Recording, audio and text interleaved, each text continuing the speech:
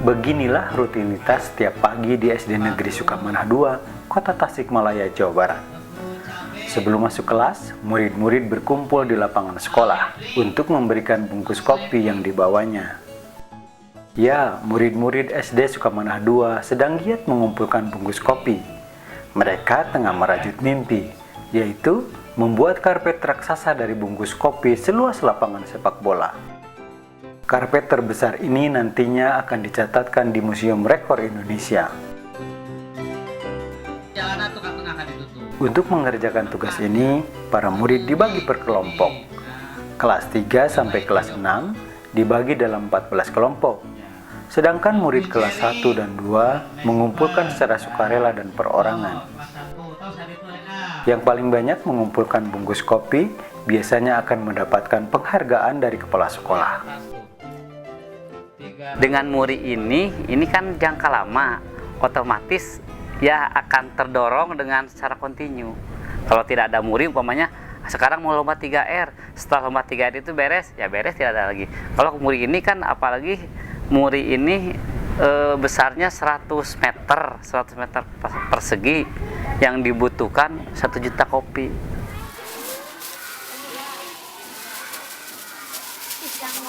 Memang butuh upaya dan waktu yang tidak sedikit untuk membuat karpet raksasa impian mereka. Yang paling sulit adalah mencari bahan atau bungkus kopinya. Menurut taksiran Wawan, setidaknya harus ada minimal 1 juta bungkus kopi untuk membuat karpet seukuran lapangan sepak bola.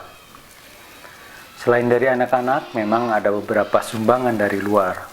Dan Wawan berharap ada sumbangan dari produsen kopi agar impian mereka cepat terwujud. Dengan adanya ini juga kan kalau lihat secara ekonomis atau secara materi, kalau 1 juta kopi yang diseduh oleh masyarakat dikalikan kalau 1.000 udah berapa ya? 1 M ya? 1 M. Nah itu kan secara ininya. Yang kedua, ini kan membantu juga untuk perusahaan. Perusahaan kan tidak memikirkan menjual kopi, nah bagaimana nih akibatnya, sampahnya ini dikemanakan, kan tidak berpikir. Ini saya kan membantu ke perusahaan itu mengamankan sisanya. Pengerjaan karpet raksasa ini biasanya dilakukan pas jam istirahat. Ada yang memilah bungkus berdasarkan mereknya, ada yang memotong, ada yang melipat, ada juga yang menganyam. Ayo dukung SD Sukamanah II untuk memecahkan rekor muri dengan menyumbangkan bungkus kopi. Insya Allah yakin. Apa yang membuat kamu yakin? Membuat yakin semuanya bisa, kan tiap hari semua murid-murid SD Sukamanah II bisa mengumpulkan tiap hari. Ada yang 1.000, 100. Pas baru masuk sekolah, para kelompok membawakan 1.800, 1.900, banyak hampir 2.000.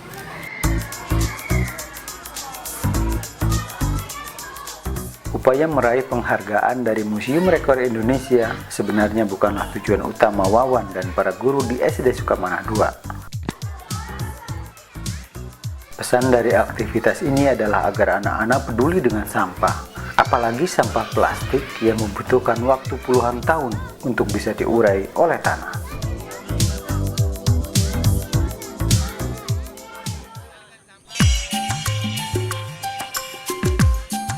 SD Sukamanah II memang sangat peduli pada masalah lingkungan.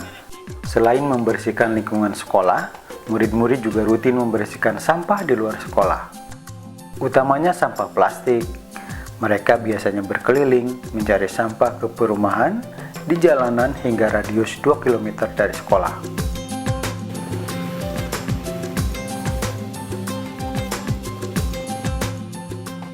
Setelah terkumpul, sampah-sampah ini kemudian dibuang ke tempat penampungan sampah sementara atau TPS yang berada tak jauh dari sekolah. Ya, alhamdulillah terhadap lingkungan saya memang menyukai gitu. Terus guru-gurunya alhamdulillah juga komitmen dalam menjaga lingkungan sekitar, khususnya di lingkungan sekolah, untuk terus memelihara terutama yang kaitannya dengan tanaman-tanaman. Ada tanaman apotek hidup, warung hidup, terus bunga-bunga yang mungkin menjadi hiasan di sekolah SD Sukamana 2 ini.